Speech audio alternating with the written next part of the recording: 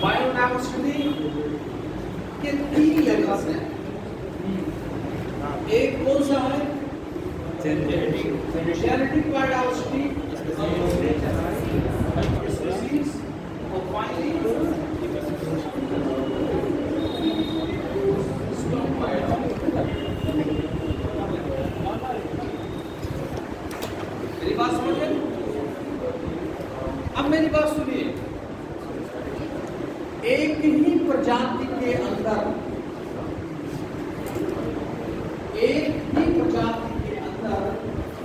पाई जाने वाली विविधता जो होती है वो कैसी हो, क्या होती है? ठीक। और जेनेटिक डाइवर्सिटी में विविधता किसमें पाई जा रही है? अगर आपकी आंखें ऐसी हैं और इनकी आंखें वैसी हैं, इनकी आंखें वैसी का है, कोई इस्तेमाल, कोई शब्द इस्तेमाल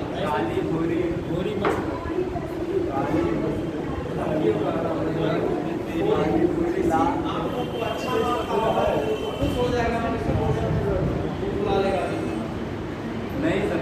किसी के बाल कैसे हैं, किसी का चेहरा कैसा है, रंग रूप कैसा है, ये सारी भिन्नता किस वजह से आ रही है?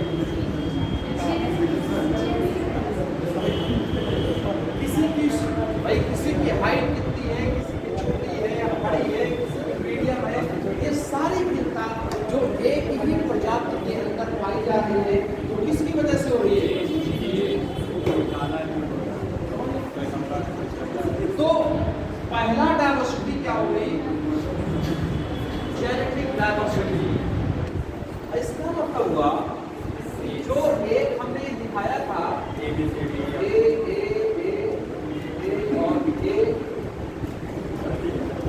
एक ही प्रकार के जंतु है, एक ही प्रजाति है, तो उसमें विविधता होगी या बायोडाइवर्सिटी होगी? होगी। कैसे?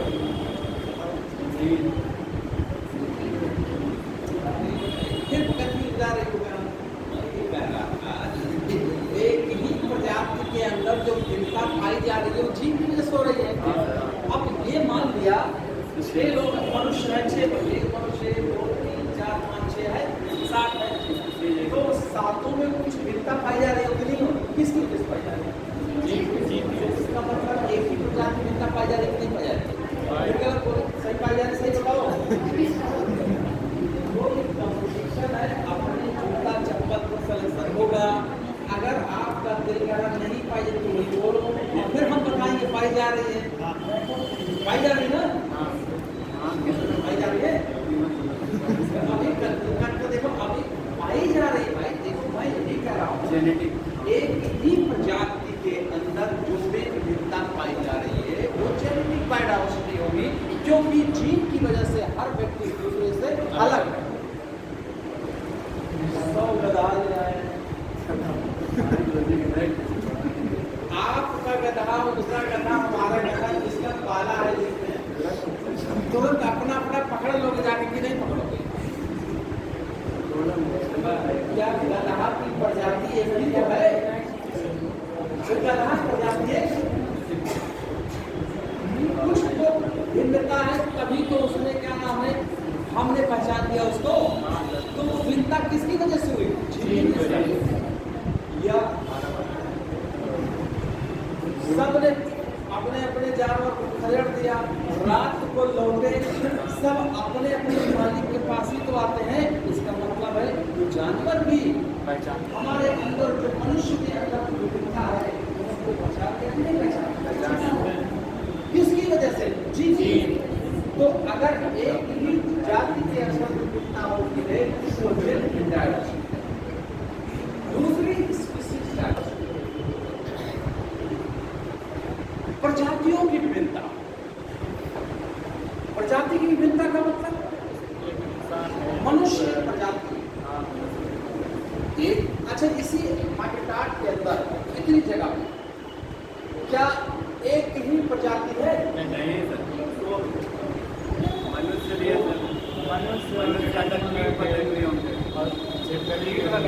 अरे भाई मनुष्य है, खटमल है, चूंटी है, एक आज ही नीचे होंगे चूंटी हो, चूंटा होगा, मकड़ी है, चूहा भी निकल आएगा, कोई छिपकली है। तो इतने ही जगह में कई प्रजाति मच्छर है, मछली है, होगा कि नहीं होगा? तो सारी अलग अलग प्रजातियां जो होती है एक ही आवास जगह पर, जो अलग अलग स्पीसीज होती है, जो ये पाई जाती है, ऐसी डायवर्सिटी क्या होगी? आगे बात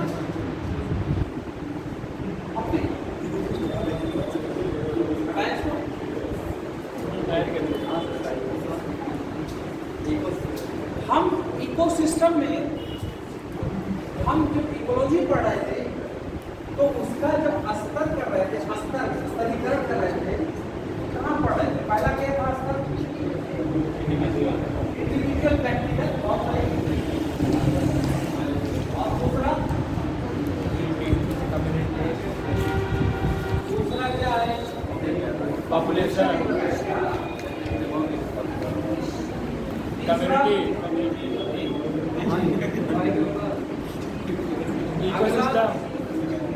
इकोसिस्टम,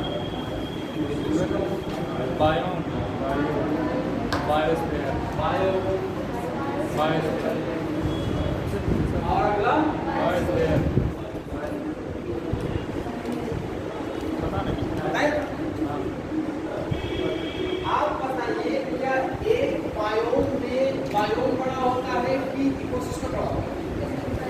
भाई बड़े इकोसिस्टम बड़ा होता है। बड़े स्तर की तरफ जा रहे हैं।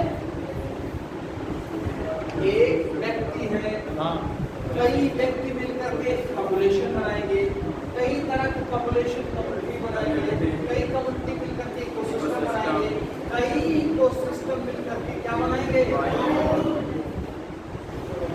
ये छोटे से बढ़ते क्रम में जा रहे हैं। अब मेरी बात सुनो बहुत ध्यान से, बहुत ध्यान सुनिए। एक है डिजर्ट,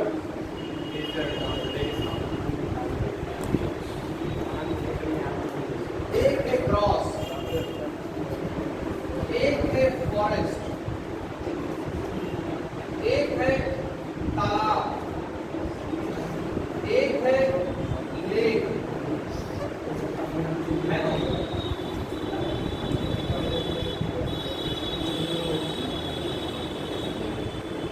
एक डिजर्ट का इकोसिस्टम है,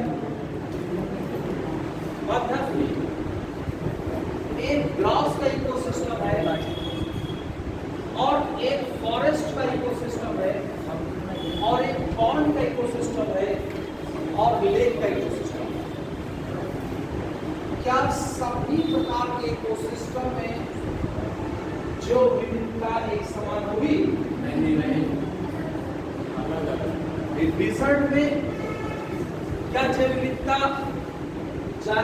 अलग होगी, ग्रास की बायोडायवर्सिटी अलग होगी, फॉरेस्ट की जैव विविधता अलग होगी, एक तालाब की जैव विविधता अलग होगी, और लेक की जैव विविधता अलग होगी।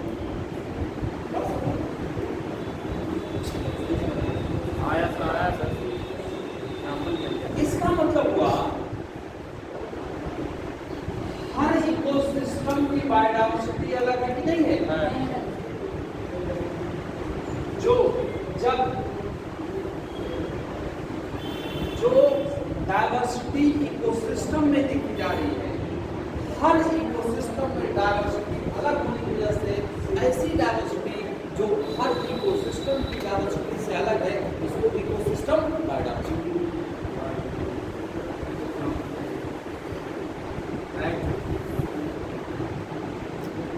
नहीं समझ में आई बात? अगर एक प्रजाति के अंदर की विविधता देखी जाती है तो क्या होगी? एक ही जाति के अंदर, हम ही जो मनुष्य हैं, एक जाति है, इनके अंदर विविधता देखी जाए जेनेटिक, और विविधता देखी जाती है तो स्पीशीज बायोडाइवर्सिटी। जब हर एक सिस्टम इकोसिस्टम में देखा स्टडी की जाती है, एक इकोसिस्टम की बायोडाइवर्सिटी अलग, तो ऐसी डाइवर्सिटी क्या होगी? नहीं समझ आई बात? समझ गए तो पढ़ दो, लिखो तो बताते भी आओ, लिखो।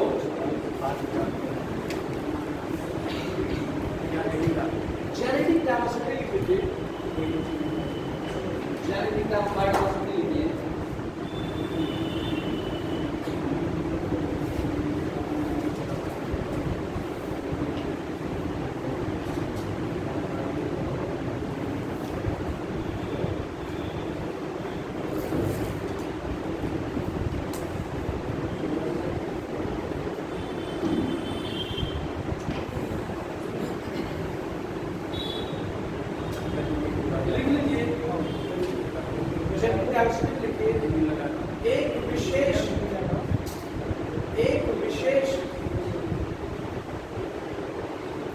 एक विशेष प्रजाति में, एक विशेष प्रजाति में जीन की विविधता के रूप में पाई जाती है।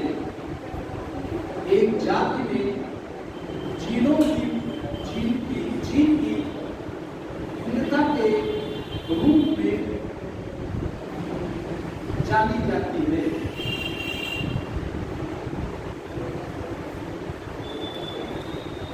एक ध्यान दीजिए, बहुत इंपॉर्टेंट पॉइंट है, इस चीज को लिख लीजिए, ये पॉइंट कई बार पूछा जाता है। लिख लीजिए, आनुवंशिक विविधता, आनुवंशिक विविधता जीन गुणसूत्र के कारण होती है, क्रोमोसोम के कारण होती है। आनुवंशिक विविधता जीन और गुणसूत्र के कारण होती है।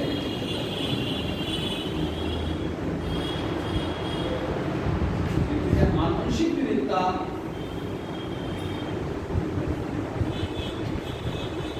आनुवंशिक विविधता जो विविधता के संरक्षण में,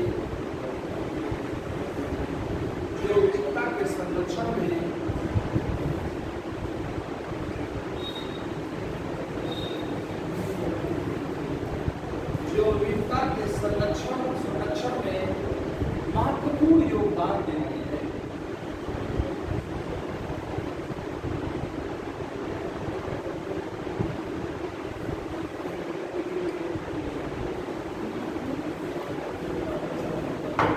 अगला पॉइंट लिखिए, बहुत इंपॉर्टेंट पॉइंट, ये सारे स्टेटमेंट से आएगा। ये प्रजातियों को बदलते पर्यावरण के अनुकूल बनाने में मदद करती है। वेरी वेरी इंपॉर्टेंट पॉइंट है, इसका लीजिए। ये प्रजातियों को बदलते पर्यावरण के अनुकूल बनाने में मदद करती है।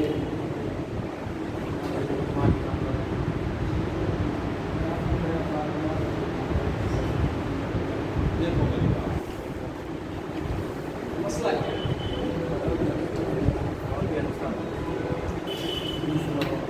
किसी प्रजाति को विलुप्त होने से बचाने के लिए जो सबसे ज्यादा इंपॉर्टेंट चीज होती है वो जेनेटिक बायोडाइवर्सिटी। कुछ प्रजातियां इस दुनिया से विलुप्त हो जा रही है ना, उसकी पॉपुलेशन खत्म हो जा रही है। जैसे कि जिस किसी प्रजाति की पॉपुलेशन खत्म हो जाएगी, इसका मतलब है जो विविधता घट गई कि नहीं घट गई? घट गई। सुनिए, ये बहुत इंपॉर्टेंट सवाल आईएएस यूपीएससी पूछेगा। जिस भी प्रजाति की पॉपुलेशन खत्म होगी, इसका मतलब हुआ कि बायोडाइवर्सिटी घट गई ना। जिस भी प्रजाति के अंदर जीन की विविधता ज्यादा होगी, वो प्रजाति सबसे ज्यादा इस पृथ्वी के ऊपर जीवित रहेगा, यानी वो प्रजाति जल्दी इस दुनिया से विलुप्त नहीं होगा।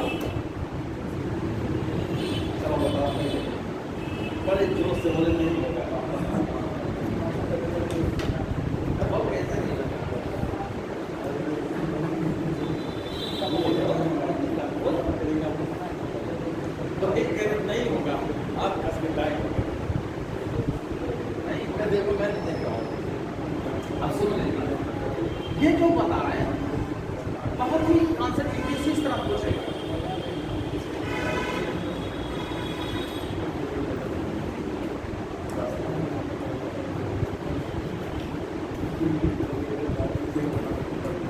ठीक है, ये प्रत्येक प्रजाति है, इसके अंदर एक प्रकार का ही जीन है। एक प्रजाति है इसमें ए बी प्रकार की जीन है। एक प्रजाति है ए बी सी प्रकार की प्रजाति है जीन है। ये जीन है ए बी सी डी का जीन है। ए बी सी डी प्रकार की जीन।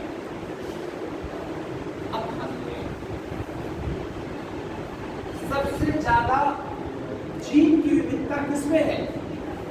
ये लास्ट वाले में। मान लिया एक साथ चारों के चारों जीव है इस दुनिया के अंदर, अलग प्रकार की प्रजातियां हैं, सब साथ में जीता है और लाइफ लीड कर रहे हैं। सबसे पहले अब मैंने देखिए मेरी बात, मान लिया ये समय आज है, टुडे, क्या ये समय यहीं पर स्थिर रहेगा? नहीं। अभी बताना कॉन्फिडेंस है, सही स्थिर रहेगा? बताओ क्या मतलब निकलेगा? नहीं, एक बार दुख क्या निकलेगा? फिर स्थिर कहाँ से? वही तो बात होगा। समय नहीं हो गया, आपने क्या आज का दिन सबके लिए बराबर है। और ये पहला दिन है, आज का दिन, और आज का दिन का पर्यावरण वातावरण ऐसा ही है, सेम है, और सारे जीव इस वातावरण के रिस्पेक्ट में एडजस्ट है, एडॉप्ट पूरी तरह से सब इस वातावरण के हिसाब से एडजस्ट है और उस वातावरण बढ़िया जी रहे, कोई दिक्कत नहीं। मान लिया समय बीत करके 1000 साल के बाद वातावरण ए है और अगला जो वातावरण आया बी है। 1000 साल के बाद पर्यावरण कौन सा हो गया? बी आ गया। एक बी का मतलब अलग हो गया, ए से अलग। आज का जो पर्यावरण है उससे अलग, एक अलग प्रकार का वातावरण 1000 साल बाद आ गया, और हमने एक हाइपोथेटिकल दे दिया बी। तो आप बताइए इसमें कौन सा प्रजाति विलुप्त हो जाएगी? ए वाली, क्योंकि ए के अंदर जो जीन है वो एक प्रकार के वातावरण के हिसाब से एडजस्ट है, और चूंकि वातावरण 1000 साल के बाद बदल गया, बी प्रकार का हो गया, तो ए वाला जो जीन होगा ये इसके हिसाब से एडजस्ट नहीं कर पाएगा, ये प्रजाति विलुप्त हो जाएगी। अब कौन जिएगा? ये पांचों जिएगी। बी है कि नहीं? बी है कि नहीं? बी है कि नहीं? सब में 10,000 साल बाद, फिर 10,000 साल बाद वातावरण फिर बदल गया, आज से सी हो गया। बताइए कौन नहीं जी पाएगा? दूसरा ना ये जी पाएंगे ना ये जी पाएंगे, तो पहले ही फिर गए। कौन जी पाएगा? केवल तीन जी पाएंगे, लेकिन इसी प्रकार का जीव इसके अंदर मौजूद है। अगर अच्छा सारे जीवों का साइज अगर बड़ा बराबर है, या हो सकता है कि जो जिसके अंदर एक प्रकार का जीन है वो बहुत बड़ा हो, लेकिन साइज के बड़ा होने से कोई फर्क नहीं पड़ेगा, एनवायरमेंट उसको खत्म कर देगा। वातावरण बदलता हुआ पर्यावरण उसको इस दुनिया से विलुप्त कर देगी, क्योंकि जीन की विविधता उसके अंदर नहीं है। अगला देखने 10,000 साल फिर आगे वातावरण से क्या बन गया?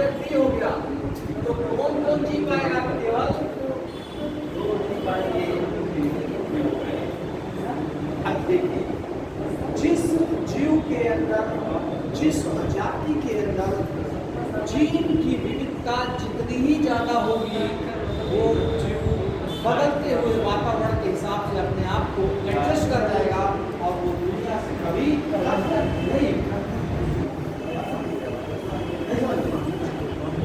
ये बात समझे? अब देखिए क्या, अगर डायनासोर जो था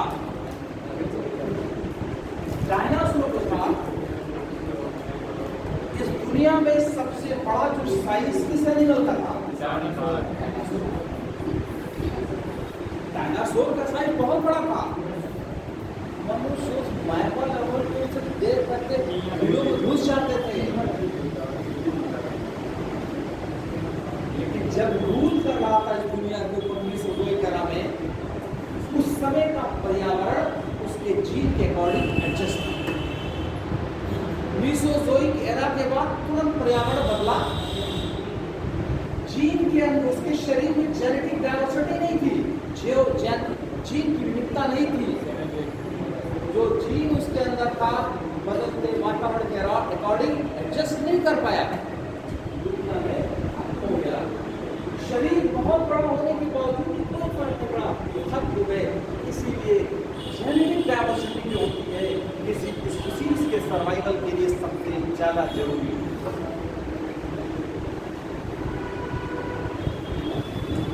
इसीलिए मनुष्य जो होता है क्यों बहुत ही ज्यादा एडजस्टेड, मनुष्य के अंदर जेनेटिक डाइवर्सिटी बहुत ज्यादा।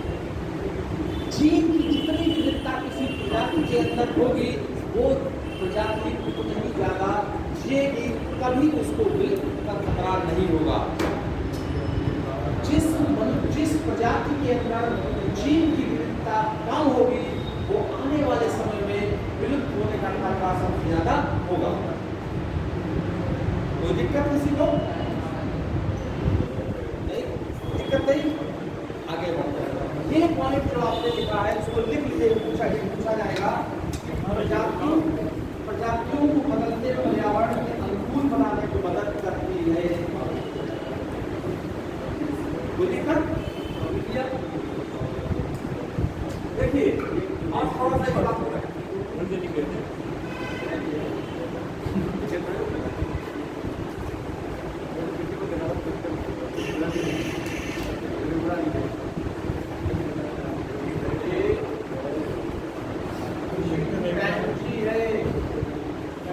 और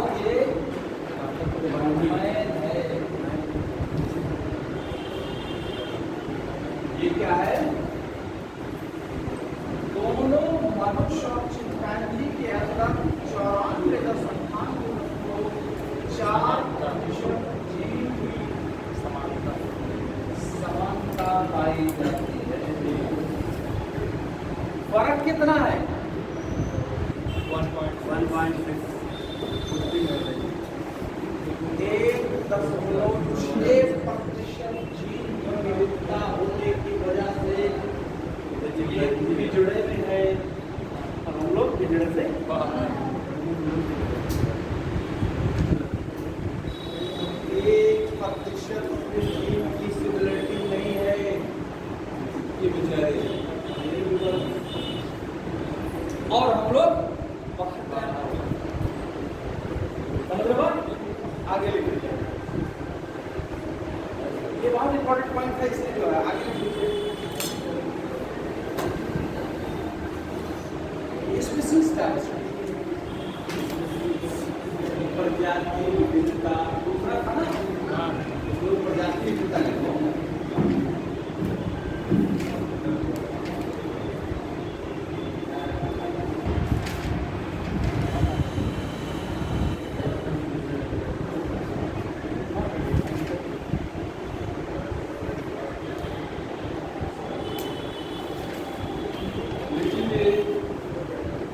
पृथ्वी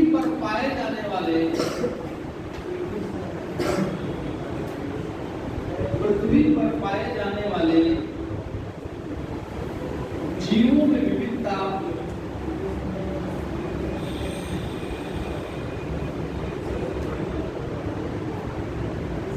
पृथ्वी पर पाए जाने वाले प्रजातियों विविधता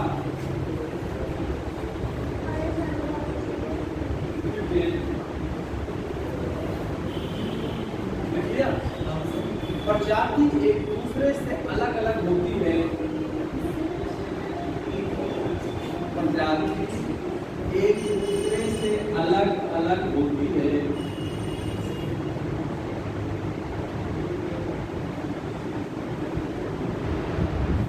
और अलग अलग प्रजातियां रिप्रोडक्शन नहीं कर सकती हैं।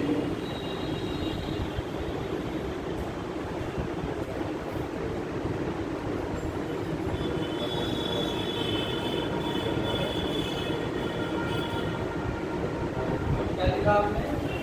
रिप्रोडक्शन नहीं है। रिप्रोडक्शन नहीं कर सकती, ठीक है।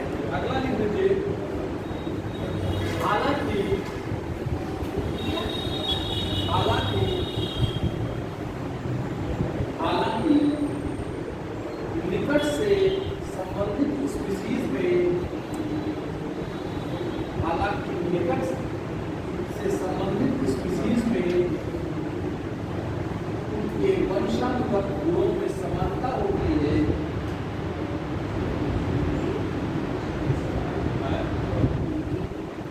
वंशानुगत गुणों में समानता होती है।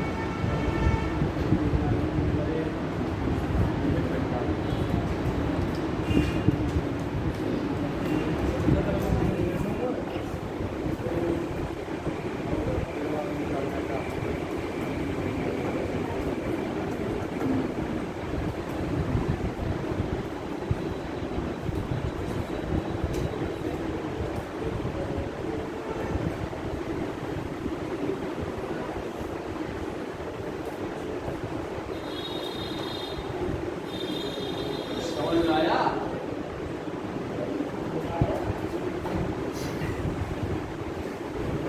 ये जो चीज दिख रही है,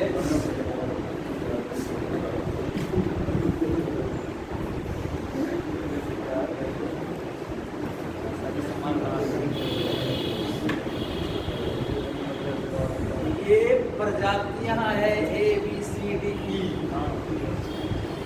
नहीं मालूम, नहीं सुना है?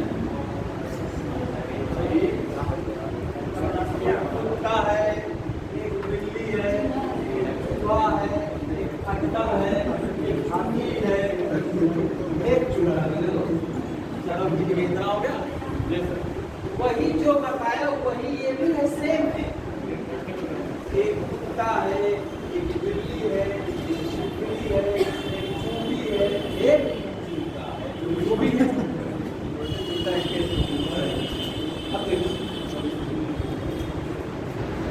पॉपुलेशन देखिए, समझिए, इसकी तादाद 50 है, इसकी तादाद 60 है, इसकी 70 है, इसकी 80 है, इसकी 90 है। सुन लेता। और इसमें देखिए है सभी वैरायटीज की है। देखिए ये वाला एक, बी वाला 2, सी वाला 3, 4 वाला 4 और ई वाला सीधे 5। मान लिया, छोटी सी बात है, अगर ये टोटल 600 है और ये भी 600 है, मान लिया, तो फर्क कुछ दिख रहा है। अब देखो इसमें 600 ये है, टोटल मान लिया 600 ये मान लिया,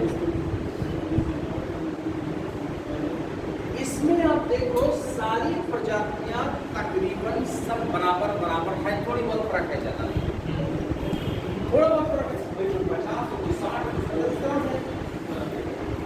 इसके अंदर देखो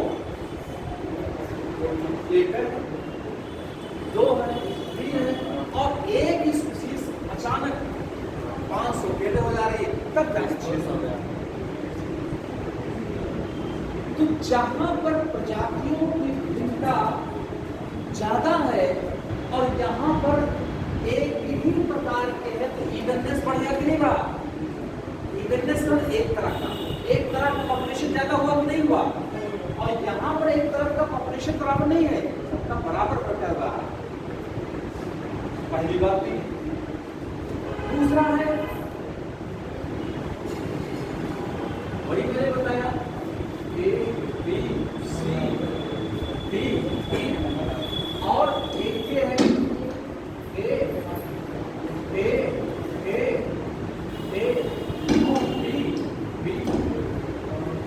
डाइवर्सिटी कहना किसमें है? ये वाला है कि ये वाला?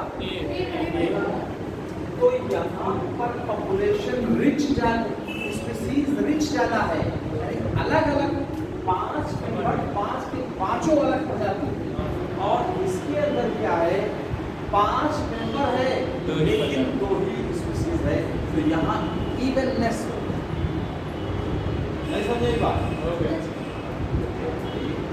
मान लिया इतनी जगह पर 5 लोग हैं, घोड़ा, गधा, गाय, भैंस, मुर्गी, हो गया। और यहाँ पर 5 यहाँ भी जगह है, लेकिन एक गधा है और एक घोड़ा है। वहां पर 5 अलग अलग प्रजाति हैं, यहाँ पर प्रजाति 2 ही है, नंबर अगर से बराबर, तो यहाँ पर इवननेस आ गया, वहां पर रिचनेस आ गया। ये दो टर्म शब्द समझ जरूर। मान लें जैसे हम लोग हैं, हम लोग एक प्रजाति एक ही स्पीशीज में, सुनपीली कहीं होगी, 2 होगी, लेकिन एक चिड़ियाघर में चले जाओ तो उसमें बहुत सारे अलग प्रजातियां हैं, तो वहाँ स्पीशीज रिचनेस आ गई कि नहीं जाता? और एक घर के अंदर एक ही मनुष्य छिपकली बस इतना है, तो स्पीशीज रिचनेस वहाँ ज्यादा है, स्पीशीज इवननेस मारे। बात समझ गए कि नहीं? ये चीज ध्यान रखिएगा, तो लिख लो थोड़ी बात। अच्छा एक क्वेश्चन बना के लिख लीजिए। क्वेश्चन लिख लीजिए,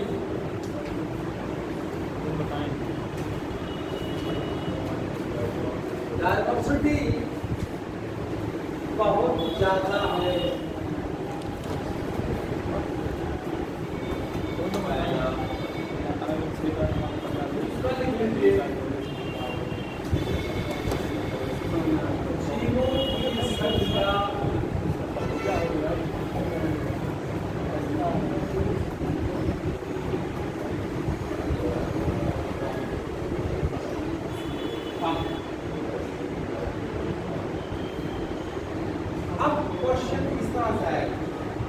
ऑप्शन 1, ऑप्शन 2, ऑप्शन 3, ऑप्शन 4, आप सबको बताना है। पहले लिखिए, high species richness, high species richness and high species evenness. दूसरा लिख लीजिए, high species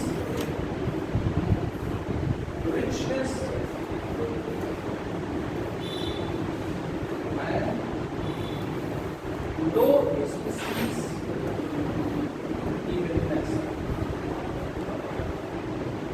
तीसरे में लिखिए, low species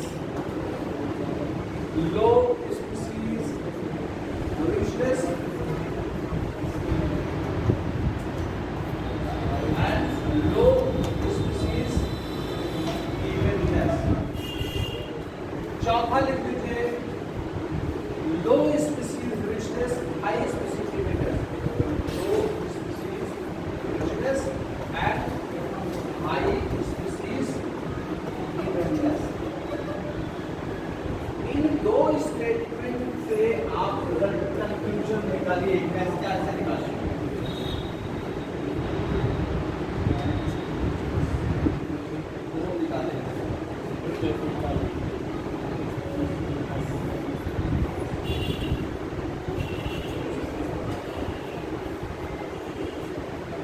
बताइए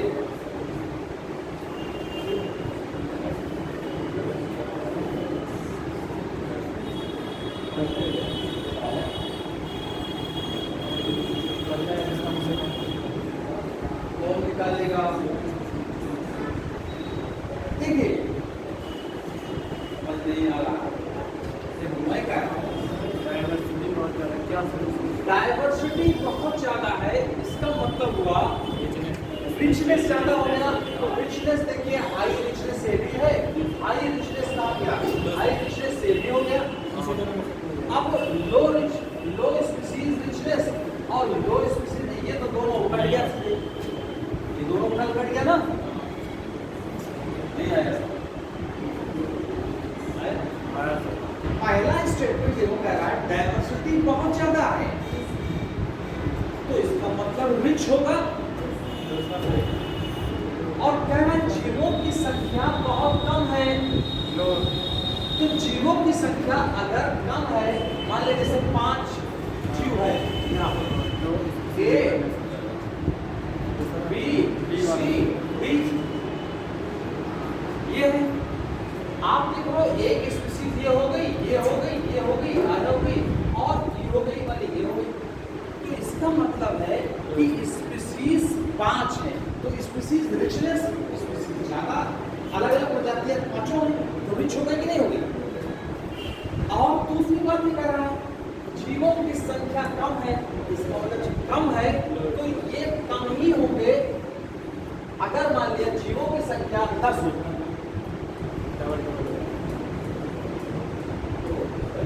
बी और सी बी ई, तो 2 इवन हो गए, 2 इवन हो गया, है ना।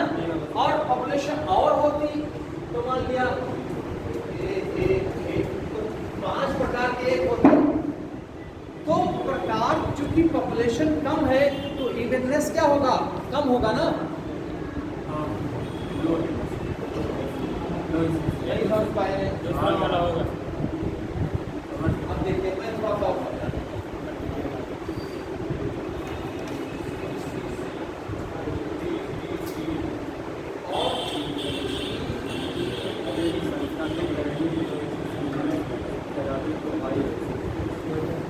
और एक और ले लेते हैं 5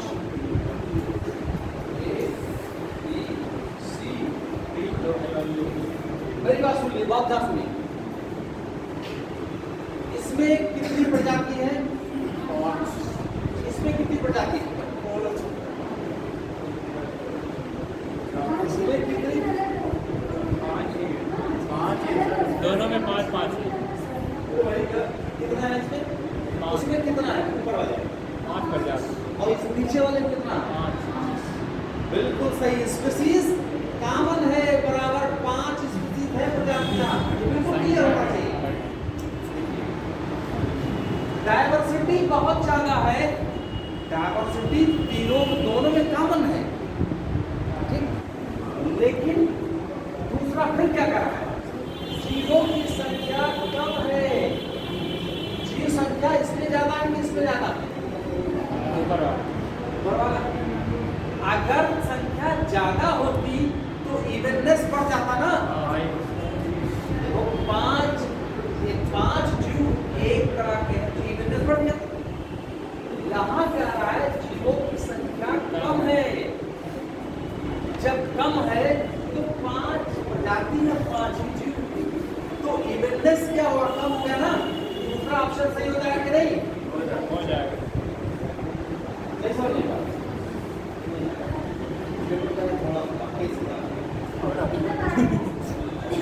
मारो पहले तो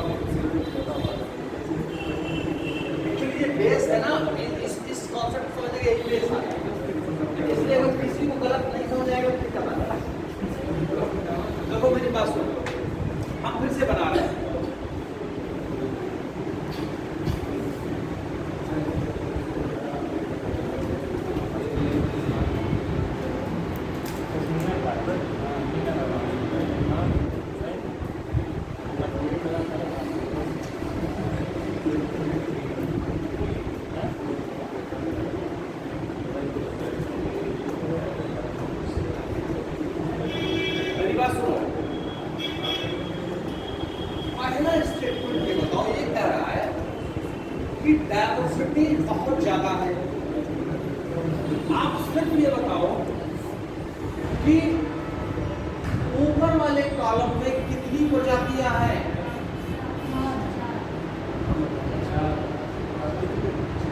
कैसे? और 5, 10, 15, 4, 25, 20 हाँ यार, अब किसी के कॉन्फिडेंस रहना, तुम्हें खुद लड़ना है भाई। अच्छा चलाओ, एसपी बनोगे। प्रजाति कितनी है? 4। इसमें कितनी प्रजाति? इसमें भी कितनी है? 4। डायवर्सिटी बहुत ज्यादा है। पहला कंडीशन तो डायवर्सिटी बहुत ज्यादा है, दोनों में कंडीशन फुलफिल हो रहा है, डायवर्सिटी दोनों के बराबर बराबर। अब दूसरा कंडीशन ये कह रहा है जीवों की संख्या कम है। जीवों की संख्या इसमें ज्यादा है कि इसमें ज्यादा है? ऊपर वाले में ज्यादा है। और ये क्या कह रहा है? जीवों की संख्या कम है, यही तो इसको उठाएंगे, ये उठाएंगे। जब ये एक ही है, एक ही है, तो इवननेस कम होगा कि नहीं होगा? कम होगा ना। अगर ये कहता जीवों की संख्या बहुत ज्यादा है, तो जीव की संख्या इसमें ज्यादा होगी। और इवननेस का मतलब एक तरह के जीव में कितने प्रकार, कितने? इसके लिए 5। तो जब एक ही प्रकार के जीव की संख्या ज्यादा होती तो इवननेस ज्यादा होता, इवननेस ज्यादा होता ना। यहां कह रहा है जीवों की संख्या कम है, तो कम है इसका मतलब इवननेस की संख्या कम होगी। तो इन चारों ऑप्शन में बताओ कौन सबसे बेहतरीन समझ में आया था? दूसरा। कहाँ चला गया? ऑप्शन मिटा दिया। दूसरा वाला तो दूसरा वाले में दोनों कंडीशन है, आयरिशनेस, उस दोनों में से लो एक समझे बात? अगर ये कह देता डायवर्सिटी बहुत ज्यादा है और जीवों की संख्या भी बहुत है, तब क्या होगा? भाई पहला हो जाएगा। पहला ऑप्शन हो जाएगा, बहुत सही पकड़ लिए। ये कहता कि डायवर्सिटी तो बहुत ज्यादा है, लेकिन जीवों की संख्या कम ना रहता, ज्यादा है तो ज्यादा हो जाता। ये वाला खाते और ये वाला जब देखते इवननेस भी तो ज्यादा हो गया, तो हाई इवननेस हो जाता।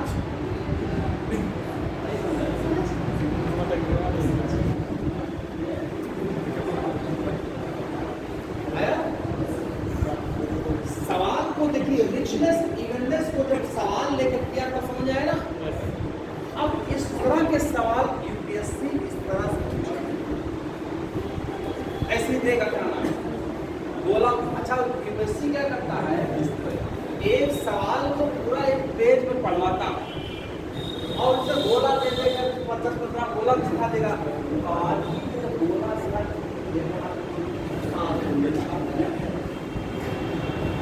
यही तो दिक्कत है।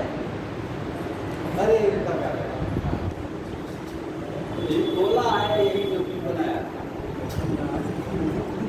समझ आ गए। रिचनेस इवननेस की होगी क्या लिखा? इकोसिस्टम डायवर्सिटी लिखो।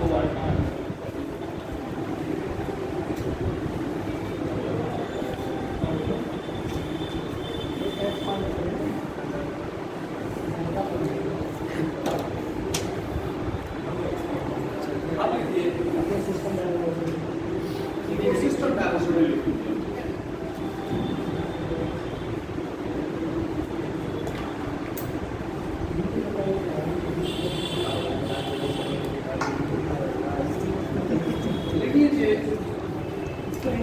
इकोसिस्टम डायवर्सिटी, इकोसिस्टम डायवर्सिटी अलग अलग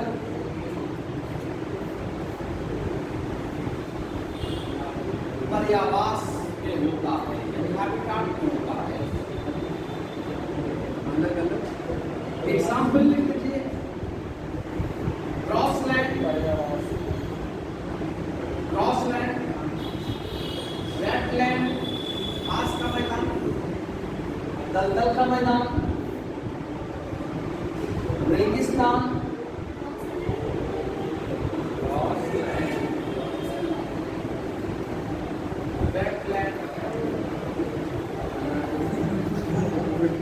डिजर्ट्स, रेगिस्तान, मैंग्रोव्स, उष्णकटिबंधीय सदाबहार फॉरेस्ट,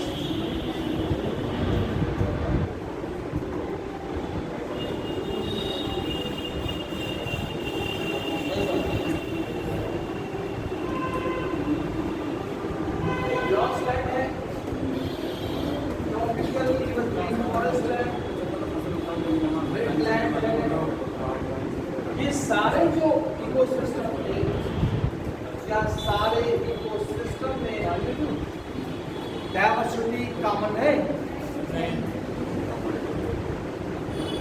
कॉमन नहीं है। तो इकोसिस्टम में डाइवर्सिटी हुई नहीं, डिजर्ट्स में अलग डाइवर्सिटी, क्रॉसलैंड में अलग biodiversity, tropical even green forest में अलग डाइवर्सिटी, एक पॉन्ड्स का अलग बायोडाइवर्सिटी, हर जगह की डाइवर्सिटी तो वो इकोसिस्टम बायोडाइवर्सिटी। अब बायोडाइवर्सिटी को मेजर कैसे करें?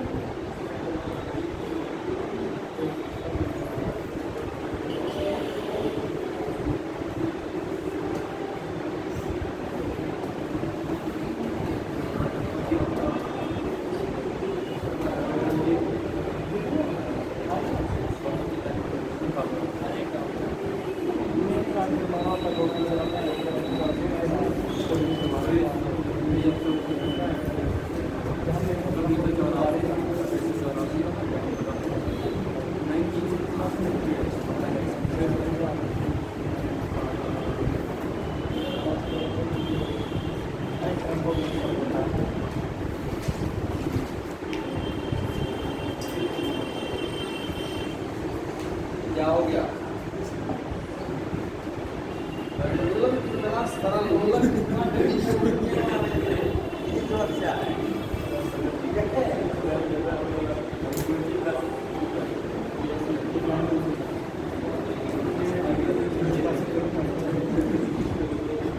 लिखो अल्फा डायवर्सिटी। किसी एक इकोसिस्टम में, यहाँ पर किसी एक इकोसिस्टम में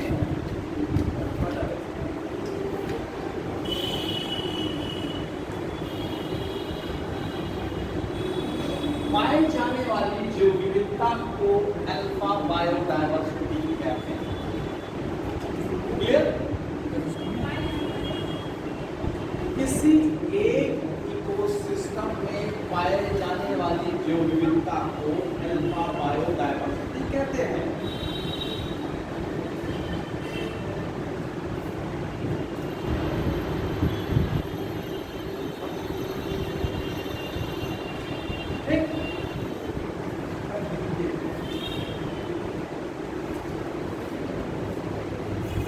जैसे आपने देखा, एक बायोम है,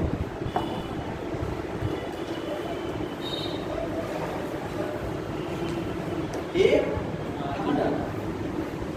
लास्ट हो गया।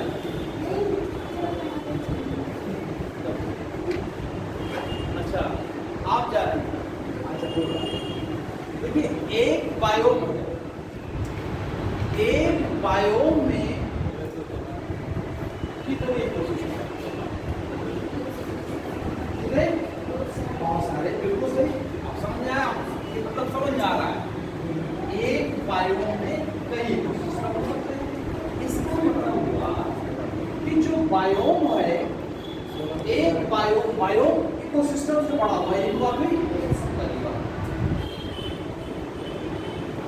अगर बायोडायवर्सिटी हम मेजर करते हैं एक सिंगल इकोसिस्टम में,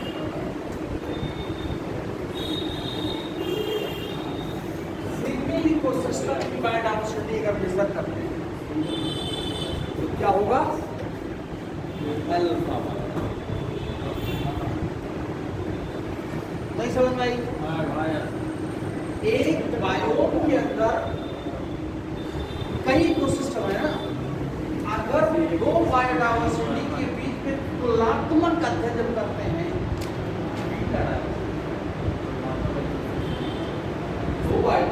दो इकोसिस्टम के बीच जो हम स्टडी करते बायोडायवर्सिटी देखते हैं तो बीटा डायवर्सिटी, और अगर पूरे एक बायोम में जितने सारे इकोसिस्टम हैं सबकी एक साथ बायोडायवर्सिटी अगर इसको स्टडी करते हैं तो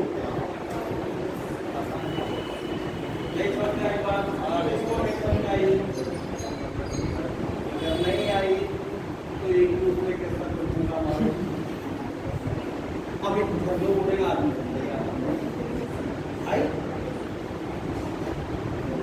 इकोसिस्टम डायवर्सिटी जो है, हम इकोसिस्टम को बेस ले रहे हैं। हमने कहा कि इकोसिस्टम बायोडायवर्सिटी भी तीन प्रकार की हो गई, अल्फा, बीटा और गामा। बायोम बड़ा है कि इकोसिस्टम? इसका मतलब हुआ एक ही बायोम के अंदर कई इकोसिस्टम होंगे कि नहीं होंगे? अगर हम देख रहे एक बायोम में कई इकोसिस्टम है तो इकोसिस्टम बायोडायवर्सिटी को हमने तीन प्रकार दिया, अल्फा, बीटा और गामा। अगर हम इसमें एक ही इकोसिस्टम के अंदर बायोडायवर्सिटी का स्टडी करते हैं तो कौन सी डायवर्सिटी होगी? अल्फा। अगर दो बायोडायवर्सिटी, दो इकोसिस्टम के बीच में अगर हम बायोडायवर्सिटी का अध्ययन करते हैं तो बीटा। और एक बायोम के अंदर जितने भी इकोसिस्टम हैं सबका अगर अध्ययन करते हैं तो गामा। इसी भूलेगा नहीं। बायोडायवर्सिटी शुरू से बताइए कितनी प्रकार की हुई? तीन प्रकार की। कौन कौन सी?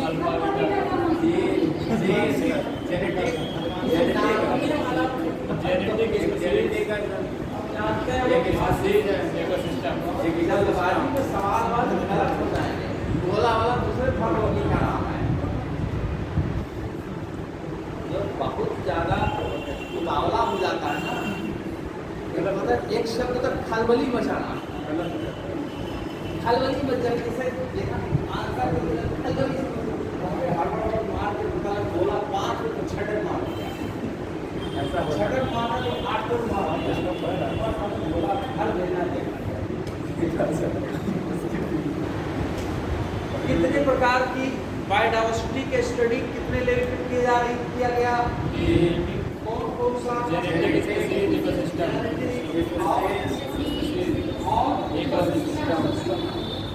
जेनेटिक बायोडायवर्सिटी का बेस क्या है? बहुत से जीन है। दूसरा स्पीशीज डायवर्सिटी का बेस क्या है? प्रजाति। इकोसिस्टम बायोडायवर्सिटी का बेस क्या है? इकोसिस्टम ही। अब बायोडायवर्सिटी को मेजर करने का कितने पैमाने किस तरह हमने किया, कितने लेवल पर बायोडायवर्सिटी मेजर किया? कौन कौन? अब अल्फा, बीटा, गामा आया। अल्फा बायोडायवर्सिटी में क्या होगा? एक इकोसिस्टम की बायोडायवर्सिटी का स्टडी करना, alpha ecosystem biodiversity. Beta biodiversity में क्या होगा? दो इकोसिस्टम के बीच में बायोडायवर्सिटी स्टडी करना, बीटा। और गामा बायोडायवर्सिटी बायोम के अंदर जितने भी इकोसिस्टम सब स्टडी करना, गामा। कोई दिक्कत नहीं? कॉन्सेप्ट क्लियर हो गया ना? अब थोड़ा बहुत आगे देखते हैं।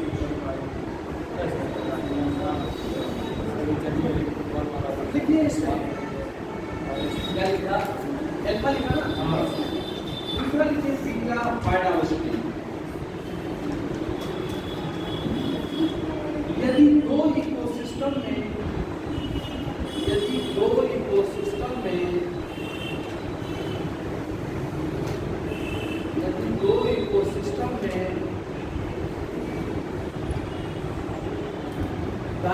बायोडायवर्सिटी का अध्ययन किया जाता है बिरला बायोडायवर्सिटी।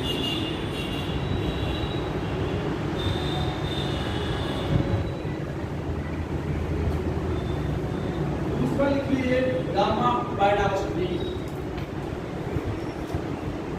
लिख लीजिए एक बायोम में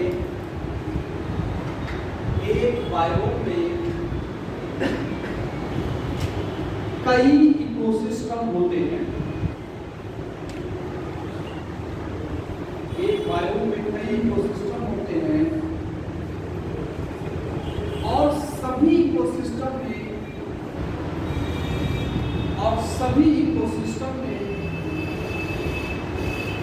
बायोडायवर्सिटी का अध्ययन करना गामा बायोडायवर्सिटी सभी सिस्टम में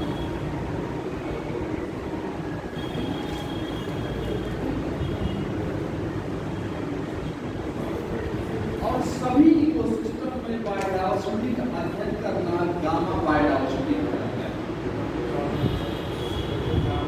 ठीक है?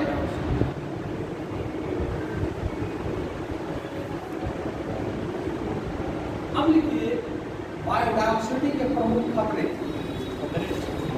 बायोडायवर्सिटी के प्रमुख खतरे। अभी टाइम है ना? अभी आगे क्या? अभी 20 मिनट है। 20 मिनट है। 20 मिनट में बता अरे तो क्या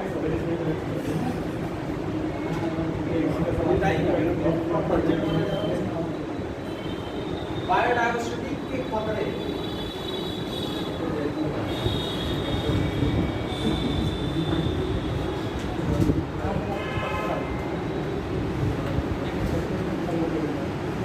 बायोडायवर्सिटी के खतरे के लिए एक शब्द आता है इविल क्वार्टेट। इविल क्वार्टेट का मतलब चार प्रकार के गुनाह, पाप जिसको कहते हैं उसको गुनाह भी कहते हैं। ठीक है?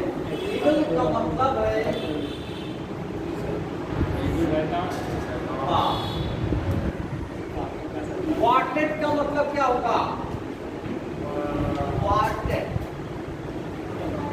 क्वार्टेट का चार। बायोडायवर्सिटी को खत्म होने के लिए, बायोडायवर्सिटी के थ्रेट के लिए चार गुना मेन होते हैं। पूछा जाता है व्हाट इज दैट, तो मुझे सिर्फ ये पूछते हैं what is four evil quartets. What is evil quartet पूछा पूछते हैं what is evil quartets.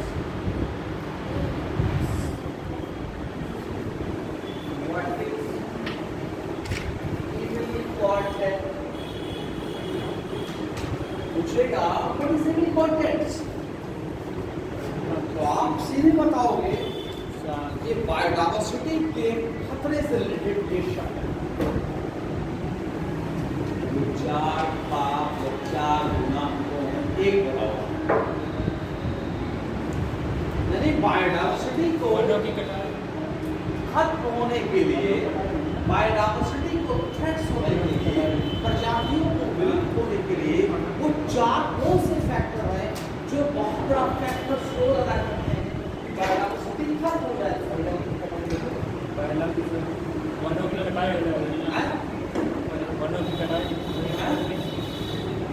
Communication, reproduction का समय के साथ ये भी नहीं। बायोडायवर्सिटी का खत्म होने का सबसे मुख्य चार जो कारण है, ये पहला है habitat loss and fragmentation.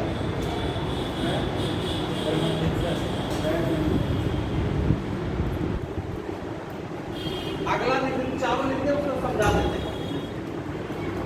Habitat loss and fragmentation, overexploitation,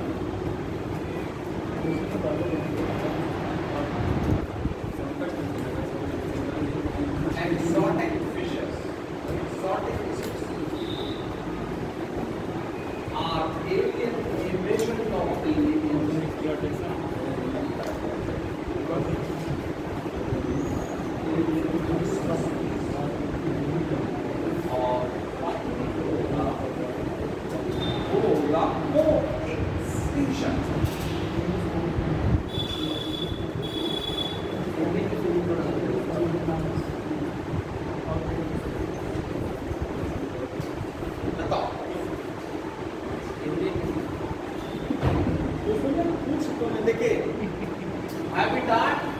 पर्यावास का खत्म होना, फ्रेगमेंटेशन का टुकड़ा कर देना, ओवर एक्सप्लॉइटेशन का अतिदोहन कहते हैं,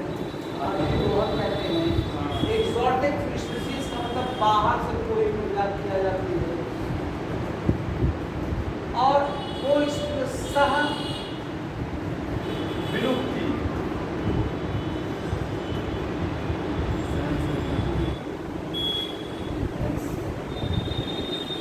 क्या चीज है इविल कॉर्टेक्स? इविल कॉर्टेक्स किससे रिलेटेड है? बायोडायवर्सिटी के खतरे से रिलेटेड जो चीज है वो इविल कॉर्टेक्स है।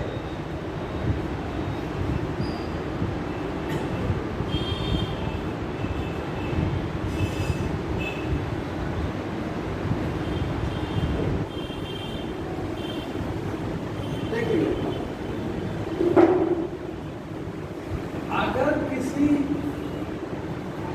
जीव के आशियाने को खत्म कर दिया जाए, आशियाना का मतलब रहने का आवास, बहुत सारे कालोनी में आशियाना का अगर किसी जीव के रहने के आवास को खत्म कर दिया जाए, पहले गांव में क्या होता था, खपड़ा अपना बढ़िया घर रहता था ना, जो गौरैया होती थी बहुत ज्यादा रहती थी, क्योंकि लकड़ी उससे रहता तो उसी में छेद रहती। अब क्या हुआ, सब अपना घर बना प्लास्टर करवा, क्या हुआ, क्या चीज उसका नुकसान हो गया, आपका घर अगर किसी का घर हटा दिया जाए तो वो क्या होगा, कहीं जाएगा, उधर हो जाएगा, जाड़ा लग गया तो जाड़े से मर गया, गर्मी आया तो गर्मी से मर गया, बारिश हुई तो कसके जाड़ा लग गया, ठंडा लग गया तो आवाज अगर किसी का कर दिया गया तो ऑटोमेटिकली क्या हुआ, ये लोग प्रजातियों का विलुप्त होने की फ्रैगमेंटेशन क्या है? What is fragmentation?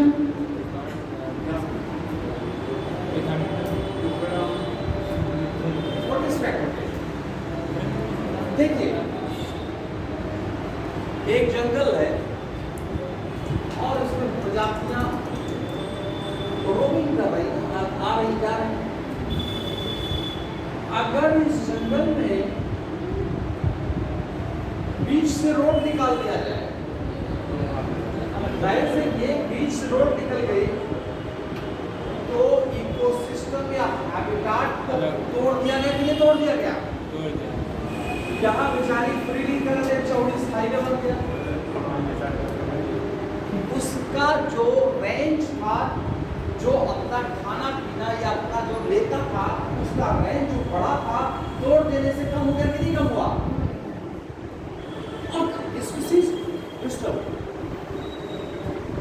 कुछ दिन बाद दूसरा एक रोड आउट लगा,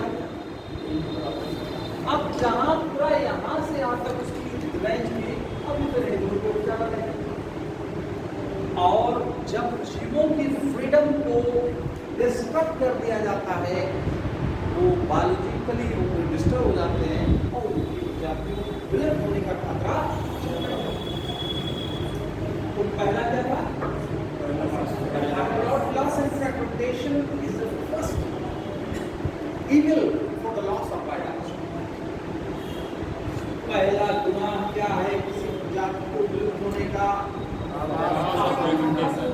और उसके बाद आवास को खंडित कर देना। ओवर एक्सप्लॉइटेशन, भाई कोई प्रजाति है उसका बहुत ज्यादा इस्तेमाल किया जा रहा है, जैसे कोई फिश मछली है, उस मछली का बहुत ज्यादा इस्तेमाल अगर मनुष्य करेगा तो खत्म हो जाएगा। तो ओवर एक्सप्लॉइटेशन, भाई जैसे बहुत सारे एनिमल्स होते हैं, स्किन के चमड़े को लेने के लिए उसको मार दिया जाता है, उसके खाल को लेने के लिए, बाल वगैरह लेने के लिए मार दिया जाता है। अगर किसी पर्टिकुलर स्पीसीज की जो ओवर एक्सप्लॉयटेशन किया जाएगा for the benefit of human being, तो क्या होगा, वो ओवर एक्सप्लॉयटेशन जो होता है उसके इविल कॉर्टेक्स का पार्ट हो जाएगा। कोई दिक्कत? एक्सोटिक स्पीसीज, एक्सोटिक स्पीसीज का मतलब कोई हैबिटाट है उसके अंदर से कोई बाहरी प्रजाति आ जाए, जहां आई जो रहने वाले पहले के लोग हैं वो तुरंत ही खड़ा जाएंगे, अरे क्या चल रहा है, वो आपस में डिस्टर्ब हो जाएंगे और वहां डिस्टर्बेंस उसके विरुद्ध तैयार हो जाएगा। इवन छोड़ दो, एक ही प्रजाति के लोग जैसे मनुष्य, उत्तर प्रदेश और बिहार के लोग सीधे महाराष्ट्र पहुंच गए, तो कौन सा घर्षण हो रहा है, सामाजिक घर्षण, सोशल फ्रिक्शन। और सोशल फ्रिक्शन जो होता है वो असंतोष को जन्म देता है, और असंतोष जो होता है वो संघर्ष को जन्म देता है। अरे भैया सब आ गए, यूपी बिहार वाले सब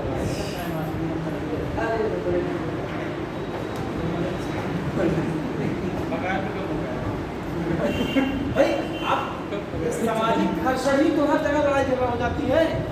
जब एक प्रजाति ही अपने अंदर सामाजिक घर्षण का शिकार हो जाए, वो तो अलग अलग प्रजाति, मान लेते 4 लोग हैं, बहुत सारे कुत्ता, बिल्ली, चूहा,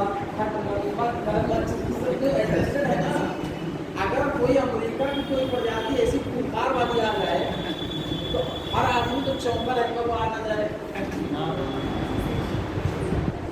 तब भी ये मालूम शेर है, लेकिन जैसे वो ड्रैगन उठाने में आ गए थे, अचानक गर्दन में निकाल दे ड्रैगन, तो मनुष्य कहो खतरा हो जाए, कुछ आप रोज पीछे बनाए, कोई 15 बच जाए, कुछ हो जाए।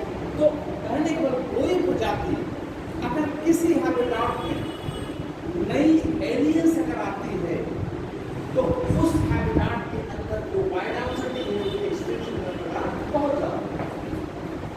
It is the third point of evil cortex. बाहर का मतलब है जैसे किसी हैबिटाट से, मान लो कोई अपना जंगल है, अपना कोई जगह है, वहां पे सदियों से, 1000 साल से कुछ ज्यादा स्पेसिफिक दूसरे एडजस्ट हो।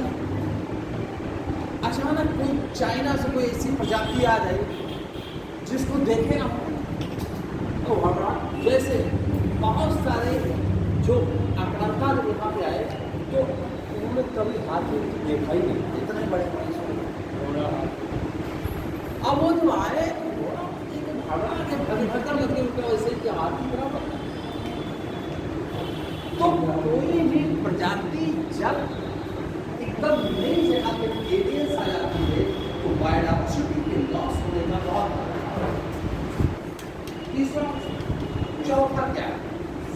विलुप्ति। किसी तरह क्या होती है? किसी तरह आधारित निर्भर हो, जैसे कि सर जैसे मछलियाँ, जैसे सर उसमें सी ग्रास में निर्भर है, सी ग्रास जैसे तितली है, तितली, भौरा है, मधुमक्खी है, इनका बेस आधार क्या है? फूल।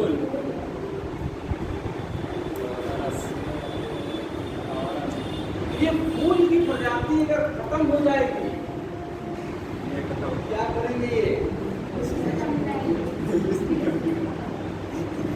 ये खत्म तो ये भी खत्म,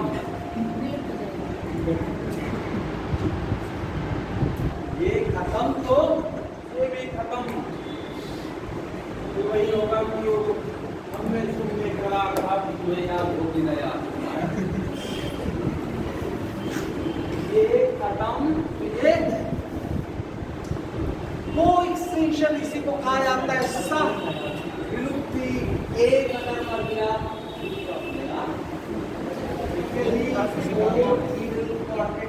इसलिए बायोडायवर्सिटी लॉस। समझ में आ गई बात? That is and. आज पूरी क्लास समझ आई कि नहीं आई? बायोडायवर्सिटी एकदम क्लियर हो गई। अब जो बायोडायवर्सिटी कैसे बचाएंगे खत्म। और ये